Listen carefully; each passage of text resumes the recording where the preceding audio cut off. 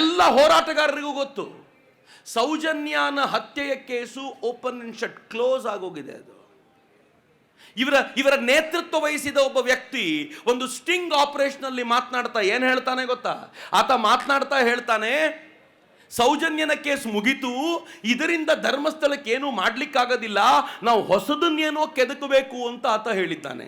ಆ ಕೆದಕುವ ಧಾವಂತದಲ್ಲೇ ಅವರಿಗೆ ಅಜ್ಜಿ ಸಿಕ್ಕಿತು. ವಸಂತ್ ಬಹಳ ಚೆನ್ನಾಗಿ ಹೇಳಿದ್ರು.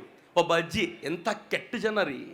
ಒಬ್ಬ ಅಜ್ಜಿ ಬರ್ತಾಳೆ, ನನಗೆ ದೇವಸ್ಥಾನದಿಂದ ಜಾಗದ ವಿಚಾರದಲ್ಲಿ ತೊಂದರೆ ಆಗಿದೆ ಅಂತ. ತೊಂದರೆ ಏನು? ನಾನು ಹಿಂಗಂದ್ರೆ ಮತ್ತೆ ತಪ್ಪು ಮೆಸೇಜ್ ತಗೊಂಡು ಹೋಗ್ಬಿಡ್ತೀರ, ಅದಕ್ಕೆ ಕ್ಲಿಯರ್ ಮಾಡ್ತೀನಿ ನಿಮಗೆ. ತೊಂದರೆ ಏನು?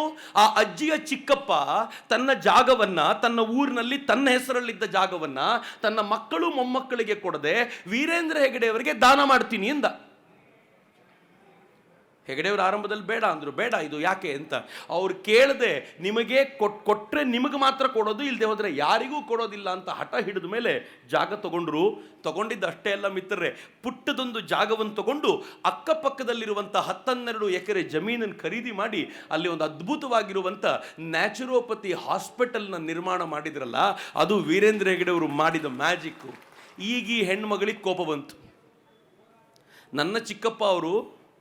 ನನ್ನ ಚಿಕ್ಕಪ್ಪ ಅಂದಾಗ ನನ್ನ ಸೈನ್ ಇಲ್ಲದೆ ಹೆಂಗೆ ದಾನ ತಗೊಂಡ್ರು? ಕೊಟ್ಟು ಚಿಕ್ಕಪ್ಪನ ಮೇಲೆ ಕೋಪ ಇಲ್ಲ, ದಾನ ತಗೊಂಡ ವೀರೇಂದ್ರ ಹೆಗಡೆ ಅವ್ರ ಮೇಲೆ ಕೋಪ.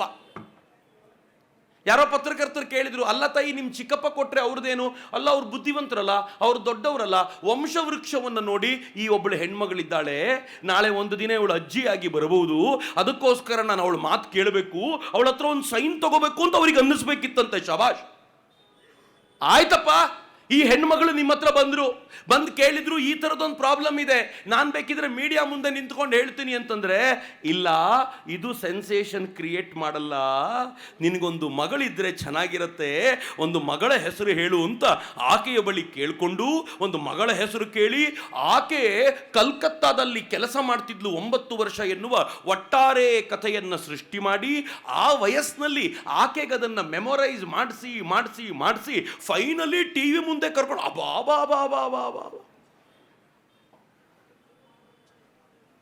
ನನಗೆ ಗೊತ್ತಿಲ್ಲ ಯಾವಾಗ ಹೇಳಿದ್ನೋ, ಆ ಮಾಸ್ಕ್ ಮ್ಯಾನ್ ಒಂದ್ಸಲ ಹೇಳಿದ ಅಂತ ಒಂದು ಚಾನಲಲ್ಲಿ ಬಂತು. ಇವರೆಲ್ಲ ಪದೇ ನನಗೆ ಹೇಳಿದರು, ಹಳ್ಳದಲ್ಲಿ ಇದೆ ಅಂತ ಹೇಳು, ಅಲ್ಲಿ ಹುಡುಕ್ಲಿ ಅವರು ಅಂತ ಹೇಳು ಅಂತ. ನಂಗೆ ಧೈರ್ಯ ಇರಲಿಲ್ಲ.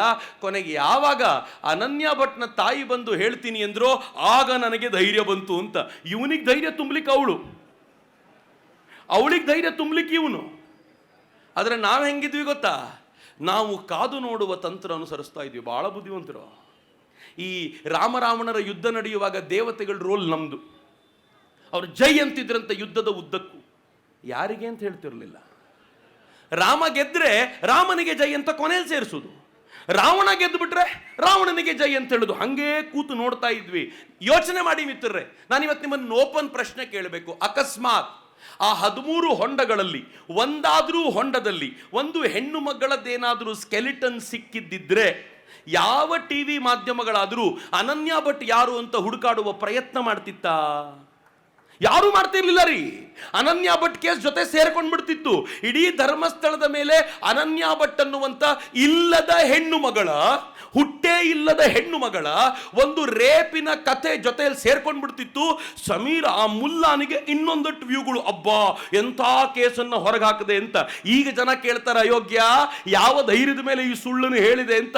ಈಗ ಪ್ರಶ್ನೆ ಮಾಡ್ಲಿಕ್ಕೆ ನಿಂತಿದ್ದಾರಲ್ಲ, ಯಾರು ನಮಗೆ ಈ ಪ್ರಶ್ನೆ ಮಾಡುವ ತಾಕತ್ತನ್ನು ತಂದು ಕೊಟ್ಟ ಅಂತಂದ್ರೆ, ನಿಸ್ಸಂಶಯವಾಗಿ ಅಣ್ಣಪ್ಪನೇ ತಂದು ಕೊಟ್ಟಂತ ತಾಕತ್ತಿದು. ಮಿತ್ರೆ, ಅನುಮಾನ ಇಟ್ಕೋಬೇಡಿ, ಕಾಂತಾರದ ಮಾತು ಸತ್ಯ.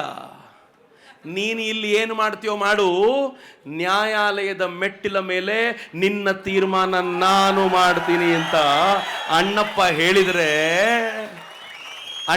ಹೇಳಿದ್ರೆ ಯಾವನದನ್ನು ಮೀರಲಿಕ್ಕೆ ಸಾಧ್ಯವಾಗುತ್ತೆ ಹೇಳಿ? ಅಣ್ಣಪ್ಪ ಮುಂದೆ ನಿಂತಾರಿ. ಅಣ್ಣಪ್ಪ ನಮ್ಮನ್ನು ನೋಡ್ದ. ಮಂಜುನಾಥನಿಗೋಸ್ಕರ ಮೊದಲು ಕಾದ, ನಿನ್ನ ಸೇವೆ ಶ್ರದ್ಧೆಯಿಂದ ಮಾಡಿದ್ರು, ನೀನೇ ಕಾಪಾಡು. ನಮ್ಮಲ್ಲಿ ವಿಚಿತ್ರ ಇದೆ. ನಮ್ಮ ದಕ್ಷಿಣ ಕನ್ನಡದಲ್ಲಿ ಒಂದು ಮಾತಿದೆ, ದೇವರು ಬೇಕಿದ್ರೆ ಬಿಟ್ಟು ಬಿಡ್ತಾರೆ, ದೈವ ಬಿಡೋದಿಲ್ಲ ಅಂತ. ಮಂಜುನಾಥನಿಗೆ ಅನಿಸಿರ್ಬೋದು, ಎಲ್ಲ ನಮ್ಮವರೇ, ಕೈಗೆ ಕೇಸರಿ ಕಟ್ತಾರೆ, ಶಾಲ್ ಹಾಕ್ತಾರೆ, ಹಿಂದೆ ಹೆಡ್ಗೆವಾರರು ಗುರೂಜಿ ಫೋಟೋ ಇಟ್ಟಿರ್ತಾರೆ, ಎಲ್ಲ ನಮ್ಮವರೇ, ಪಾಪ ಕಠಿಣ ಶಿಕ್ಷೆ ಕೊಡೋದು ಬೇಡ.